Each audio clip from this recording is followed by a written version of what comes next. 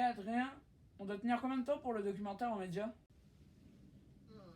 3 minutes, je crois. NANI? Donc vous allez sûrement nous demander comment on a fait pour trouver cette thématique pour le documentaire. Et là faites attention parce que ça allait très très vite. Bon, c'est bien beau tout ça, mais il faudrait savoir ce que c'est. Mais avant, il faut savoir qu'Internet, il se constitue de 3 grandes parties. Le web, qui représente environ 10% de l'Internet, correspond à ce que n'importe qui peut trouver sur les moteurs de recherche comme Google et Yahoo pour citer les plus connus. Le Deep Web, qui stocke toutes les informations difficiles d'accès, ça inclut compte bancaire, info médicale et toutes les pages accessibles grâce à un mot de passe ou à un abonnement. Et enfin notre Dark Web, il regroupe en gros tout ce qui n'est pas accessible via des navigateurs standards. Le Dark Web est apparu en 1969, en même temps que le premier navigateur internet, ARPANET.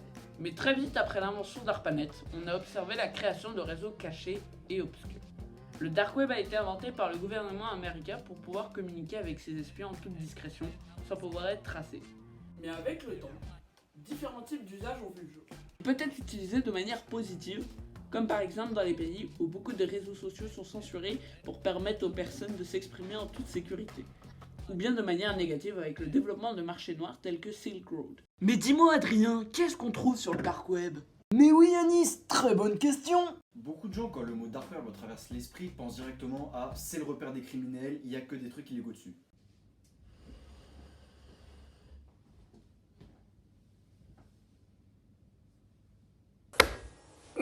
Un permis de conduire en Galles du Sud, de la viande de renne séchée et de l'urine pour 40$.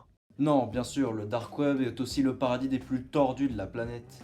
Il y a bien évidemment l'achat de toutes sortes de drogues et d'armes, mais vous pouvez aussi engager un tueur à gages ou assister à des tortures en live stream.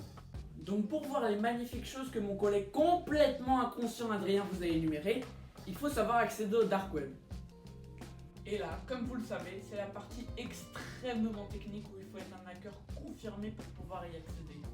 En réalité, il suffit juste de télécharger le navigateur Tor. Lorsque l'on utilise Tor, notre activité internet passe par des réseaux superposés. Chacun des réseaux participe au chiffrage de notre navigation, c'est pourquoi l'anonymat est facile à conserver. Néanmoins, il est préférable d'installer un VPN, par exemple ExpressVPN, pour être sûr de ne pas avoir de problème d'anonymat. En bref, contrairement à ce que certains médias veulent montrer, c'est vraiment pas compliqué. Si vous vous demandez aussi si c'est illégal d'aller sur le dark web, en réalité non. Tu peux y faire des choses illégales certes, mais ce n'est pas pour autant que ça l'est. Tout dépend de soi et de ses intentions. Donc si vous voulez manger du renne à midi ou rouler en Mercedes en Galles du Sud, j'espère vous avoir aidé. Bon, on a essayé de faire un condensé des choses les plus pertinentes à raconter sur le Dark Web, mais il y a plein d'autres histoires à raconter comme celle sur Silk Road, mais bon, on a eu que 3 minutes. Donc on espère que ces 3 minutes vous auront plu, et sur ce on vous dit Au revoir.